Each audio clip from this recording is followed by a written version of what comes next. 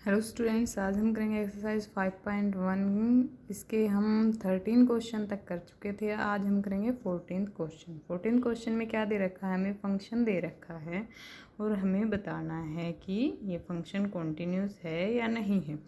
Okay, तो function दे रखा है हमें, जब x की वैल्यू 0 और 1 पे है तो 3, x की वैल्यू 1 और 3 के बीच है तो 4, x की वैल्यू 3 और 10 के बीच है तो 5। ठीक है, तो हम क्या करेंगे, सबसे पहले के कोई भी रियल नंबर लेंगे तो के की क्या क्या वैल्यू हो सकती हैं। के की वैल्यू एक तो क्या हो सकती है, 0 और लेस देन 1। क्लियर। उसके बाद के की वैल्यू इक्वल टू 1 हो सकती है। फिर उसके बाद क्या हो सकती है, के की वैल्यू 1 और 3 के बीच हो सकती है। फिर उसके बाद 3 के इक्वल हो सकती है। फिर उसके बाद 3 से बड़ी और 10 से छोटी हो सकती है। ओके, सबसे पहले हम पहला केस लेकर चलते हैं, जब के की वैल्यू 0 और 1 के बीच में है। तो इस केस में क्या होगा, जब के की वैल्यू लेस देन 1 है तो फंक्शन क्या हो जाएगा हमारा 3। मीन्स एफ के की वैल्यू क्या आएगी हमारे पास, ओनली 3 आएगी। ठीक है, तो फिर क्या करेंगे, limit x tend to k f of x is equal to limit x tend to k 3। तो ये तो 3 ही रहेगा, तो फंक्शन क्या हो गया, कॉन्टिन्यूस हो गया, ये एफ ऑफ के इक्वल आ गया। अब इसमें हम एक चीज़ देखते हैं, सारी ही वैल्यूज़ यहाँ पे जितनी भी है फंक्शंस की वो सारी कॉन्टिन्यूस ही, वो सारी कांस्टेंट ही हैं। कांस्टेंट है मीन्स एक्स की, तो एक्स का तो कोई फैक्टर है ही नहीं। एक्स की हम कोई भी वैल्यू पुट करें उन पर कोई भी फ़र्क नहीं पड़ेगा। तो अब हम के इक्वल टू 1 के लिए केस कंसीडर करके चलते हैं। देखिए, इक्वल वाले में हमें लेफ्ट हैंड लिमिट भी लगानी है और राइट हैंड लिमिट भी लगानी है। सबसे पहले एफ ऑफ के जब इक्वल टू 1 है, देखिए यहाँ देखेंगे इक्वल टू 1 पे वैल्यू 3 है और ग्रेटर देन 1 पे 4 है। मीन्स राइट हैंड लिमिट पे वैल्यू 4 है, लेफ्ट हैंड लिमिट पे 3 है। और इक्वल टू के लिए एफ ऑफ 1 की वैल्यू क्या आएगी, 3 आएगी। अब मैं लेफ्ट हैंड लिमिट लूँगी तो क्या थी, 3 वैल्यू थी, वो इसमें पुट करूँगी। राइट हैंड लिमिट में क्या आएगा, 1 प्लस मीन्स ग्रेटर देन वाला, ग्रेटर देन वाले में क्या थी, वैल्यू 4 थी इसकी फंक्शन की, एफ ऑफ एक्स की, मैं यहाँ पुट करूँगी। अब इसमें एक्स की तो कोई वैल्यू पुट करनी ही नहीं, तो 4 एज इट इज़ आएगा। यहाँ हम देखते हैं left hand limit is not equal to right hand limit, तो फंक्शन क्या आ गया हमारा, डिसकॉन्टिन्यूस आ गया एक्स इक्वल टू 1 पे। क्लियर है। उसके बाद थर्ड केस में हमारे पास क्या था, जब के की वैल्यू ग्रेटर देन 1 हो, लेस देन 3 हो, ये केस था। तो इसमें हम सीधा एफ ऑफ के निकालेंगे। सबसे पहले एफ ऑफ के क्या आएगा, देखिए इसमें क्या वैल्यू है हमारे पास एफ ऑफ के की, 4। क्लियर है, एफ ऑफ के की वैल्यू 4 है एंड लिमिट लगाऊंगी मैं, लिमिट के tend to x tend to k f of x. तो ये क्या आएगा, लिमिट एक्स टेंड टू के, यहाँ क्या आएगा 4, तो ये वैल्यू क्या आ जाएगी, 4 ही रहेगी, जो कि एफ ऑफ के इक्वल है। तो फंक्शन 1 से 3 के बीच में क्या हो गया, कॉन्टिन्यूस। अब के इक्वल टू 3 में फिर वही हम लेफ्ट हैंड लिमिट और राइट हैंड लिमिट लेकर चलेंगे। ठीक है, सबसे पहले फंक्शन की वैल्यू इक्वल टू, देखो इक्वल का निशान यहाँ पे है, तो फंक्शन की वैल्यू क्या हो गई, 5। तो एफ ऑफ 3 क्या हो गया हमारा, 5।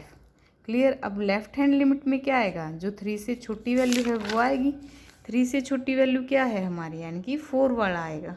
क्लियर है, means limit x tend to k minus पे क्या आएगा, f of x is equal to limit x tend to, k की वैल्यू क्या थी, 3 माइनस मीन्स लेस देन 3, तो वैल्यू वहाँ पे थी 4, तो ये क्या आ जाएगा हमारा 4। और अब राइट हैंड लिमिट में क्या आएगा, जो बड़ा है 3 से बड़ा है, मीन्स क्या आ गया हमारे पास 5 फंक्शन की वैल्यू। तो यहाँ से क्या आ जाएगा हमारे पास, limit x tend to k plus f of x, means limit x tend to 3 plus क्या आएगी हमारे पास, वैल्यू 5 दे रखी है तो 5 आ जाएगी। यहाँ पे भी देखिए left hand limit is not equal to right hand limit, तो function is discontinuous set k equal to 3। अब फिर लास्ट केस क्या बचता है, जब 3 से बड़ी हो और 10 से छोटी हो, तो उस केस में आप इसे खुद सोल्व करके देखेंगे। अब 15th क्वेश्चन पे आते हैं। 15th क्वेश्चन भी एज इट इज़ है, बस इनमें आपको ये इंटरवल बनाने हैं कि वैल्यू कहाँ कौन सी लेनी है, और उसमें इक्वल टू वाले में आपको लेफ्ट हैंड लिमिट कौन सी लेनी है और राइट हैंड लिमिट कौन सी लेनी है। क्लियर है। अब देखिए इस क्वेश्चन में देखिए आप, के में अगर कोई भी रियल नंबर लूँगी तो के की वैल्यू क्या हो सकती है, लेस देन 0, इक्वल टू 0, 0 और 1 के बीच में, इक्वल टू 1 और 1 से ग्रेटर, यही वैल्यू होंगी। ठीक है, देखिए जब लेस देन 0 होगा तो फंक्शन की वैल्यू 2x होगी। ठीक है, जब k इक्वल टू 0 आएगा तो उसमें दो वैल्यू आएंगी। Left hand limit means less than वाला 2x, right hand limit means greater than वाला मीन्स 0। क्लियर है। उसके बाद 0 और 1 के बीच में जब होगा तो 0 और 1 के बीच में जब हमारा फंक्शन होगा तो वैल्यू क्या आएगी 0।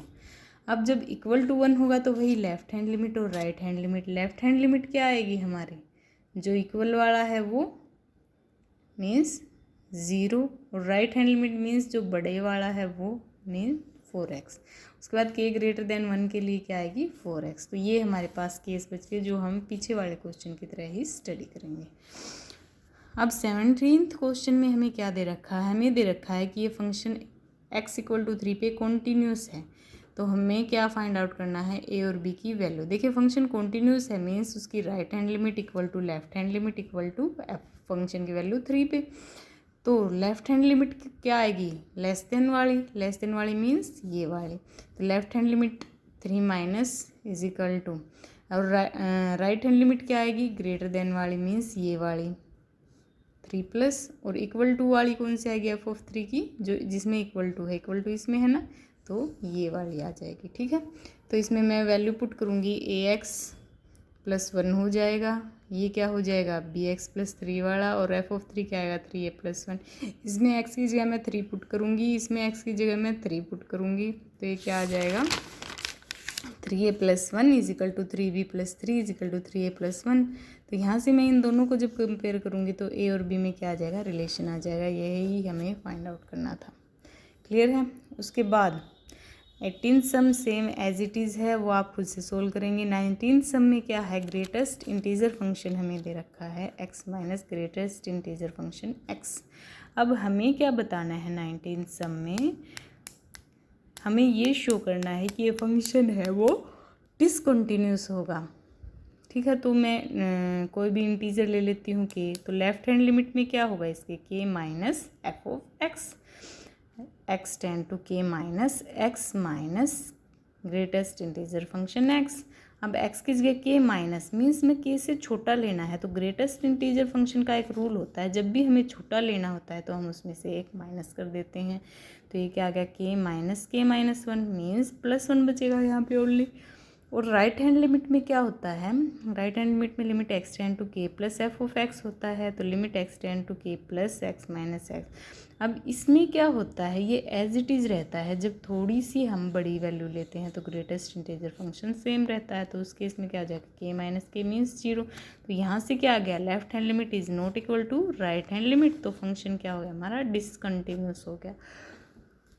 उसके बाद 20th सम में क्या है, हमें एक फंक्शन दे रखा है और पूछ रखा है कि क्या ये फंक्शन x इक्वल टू पाई पे कॉन्टीन्यूस है। ठीक है, देखिए f ऑफ पाई निकालेंगे सबसे पहले। f ऑफ पाई क्या आएगा, पाई square minus sine pi plus में 5। साइन पाई हमें पता है क्या होता है, 0 होता है। साइन 180 डिग्री क्या होता है, 0। तो ये क्या आ जाएगा, पाई स्क्वेयर प्लस 5 बचेगा।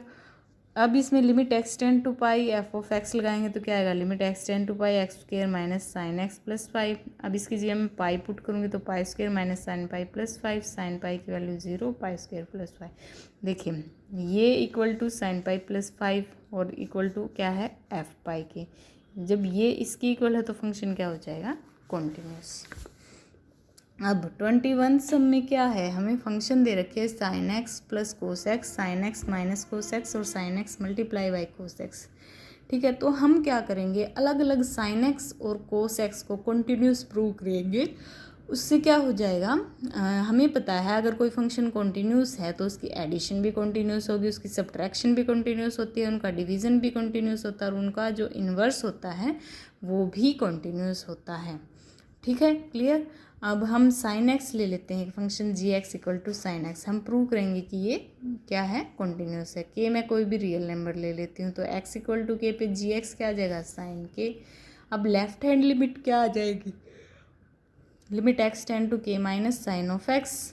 अब इसमें देखिए साइन का फंक्शन है, तो साइन के फंक्शन में क्या होता है, हमारे पास एंगल होता है। तो उसमें हम एच की वैल्यू 0 को टेंड करेंगे, मीन्स के माइनस को मैं क्या लिखूँगी, के माइनस एच, और के प्लस को मैं क्या लिखूँगी, के प्लस एच। एच कोई भी वेरी स्मॉल क्वांटिटी है जो जीरो को अप्रोच करती है, मीन्स इसकी वैल्यू 0.00000000001, मतलब इतनी स्मॉल होती है कि हम इसे नेग्लिजिबल कह सकते हैं। क्लियर है। तो मैंने यहाँ पर लिखा एच टेंड टू 0 साइन के माइनस एच। के माइनस को मैं क्या लिख सकती हूँ, के माइनस एच। तो यहाँ से देखिए साइन ए माइनस बी का क्या फॉर्मूला होता है, साइन ए कोस बी माइनस कोस ए साइन बी।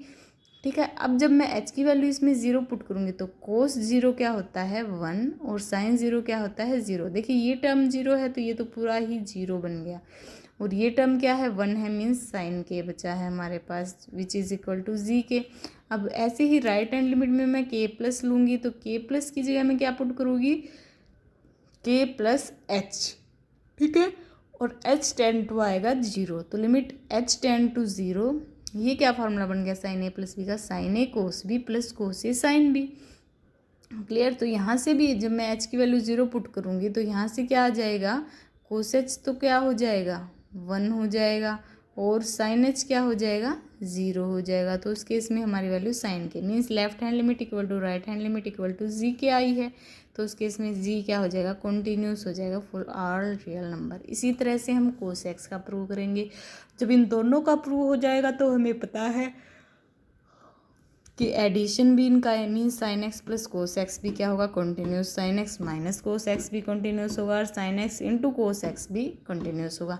उसके बाद 22 सम में क्या बोला है, कोसाइन कोसिकेंट सिकेंट और कोटेंजेंट इनकी वैल्यू हमें बतानी है, कॉन्टीन्यूस है या नहीं है। अब देखिए साइन कॉन्टीन्यूस है तो इसका इन्वर्स मीन्स 1/sin x क्या होगा, कोसिकेंट एक्स वो भी कॉन्टीन्यूस होगा। कोस एक्स है उसी तरह से इन दोनों का division means sine x divide by cos x tangent x, या cos x divide sine x equal to को टेंजेंट एक्स। तो ये दोनों भी क्या होंगे, कॉन्टीन्यूस होंगे। आज के लिए इतना ही। अगर आपको ये वीडियो अच्छी लगी हो तो इसे लाइक शेयर और सब्सक्राइब ज़रूर कीजिएगा। Thank you.